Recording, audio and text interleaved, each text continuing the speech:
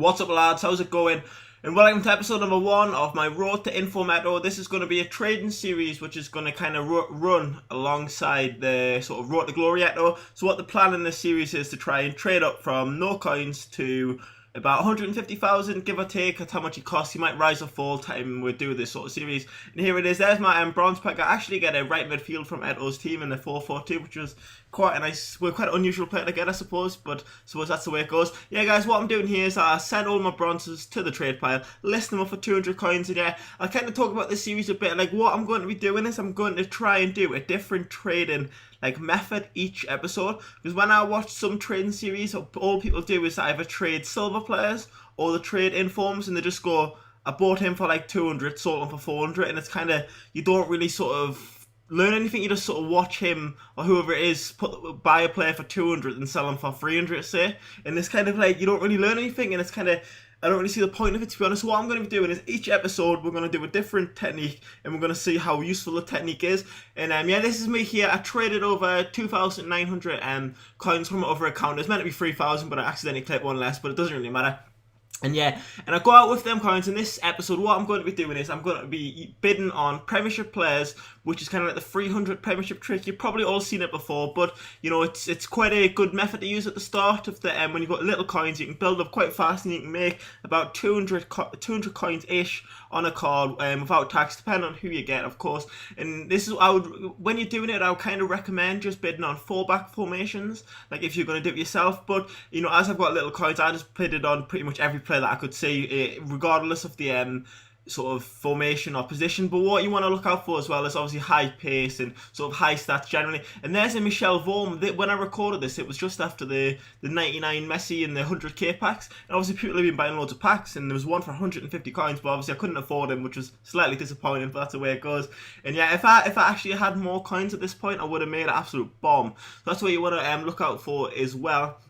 And yeah, in this sort of episode, I pick up a few players. There's a Steve Harper in a 4-1-2-1-2, and there's Phil Jones in a 5-3-2. You know, I wouldn't necessarily recommend, you know, non-4-back formations, but if it's a decent player, then they will sell. And what you also want to sort of keep an eye out for is some players who are just like 75 rated, which aren't very good. So I think a couple of, like, I can't really think of any off the top of my head, but you like, because when you discard them, you get like, there's Thomas Sorensen. You can discard him for 300 coins, but if you pay 300 coins for him, obviously, then there is not sort of you just wasting your time. But obviously he will sell because he's in a good formation and he's a good goalkeeper. So I'll kind of run you through what you want to do. Is you want to search Premiership.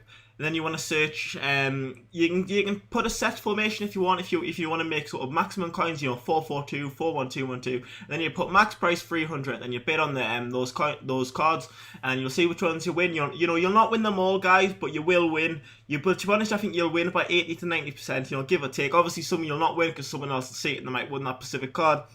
And there's most of my players have sold, and I've got up to a nice coin total, just over 6,000. And all them bronze dudes that didn't sell, I just discarded them because it wasn't worth, you know, clogging up my trade pile, because you can only really get 200 coins for them, and that's not really many coins. So I discarded all of them dudes, and I had a total of 6,400, so I was going along quite nicely. I pretty much doubled my money, and then I went out and I bought some more cards, and some of them are not in the greatest formations and not the, you know, greatest players, but they do all sell for approximately 500 to 450. And what I would recommend, guys, is some of them, like, you might get someone like there, like Giovanni Dos Santos. He's got good pace, but he's in a dodgy formation, so you can get about 450 for him. But other players, you know, you might only get 350, 400 by now.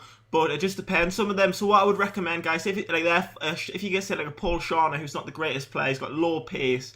You know, you're not going to get more than 400 coins unless it's in a 4-4-2 or a desirable formation. If it's just like, say, a 4-2-3-1, say, you might only get 400 coins. But there's sort of another sort of example. You get a Davide Sant there in a 5-back formation, but he was in a left wing back, so someone's obviously converted him. So obviously I can get a bit more coins from him because he's in the sort of the set formation for that position.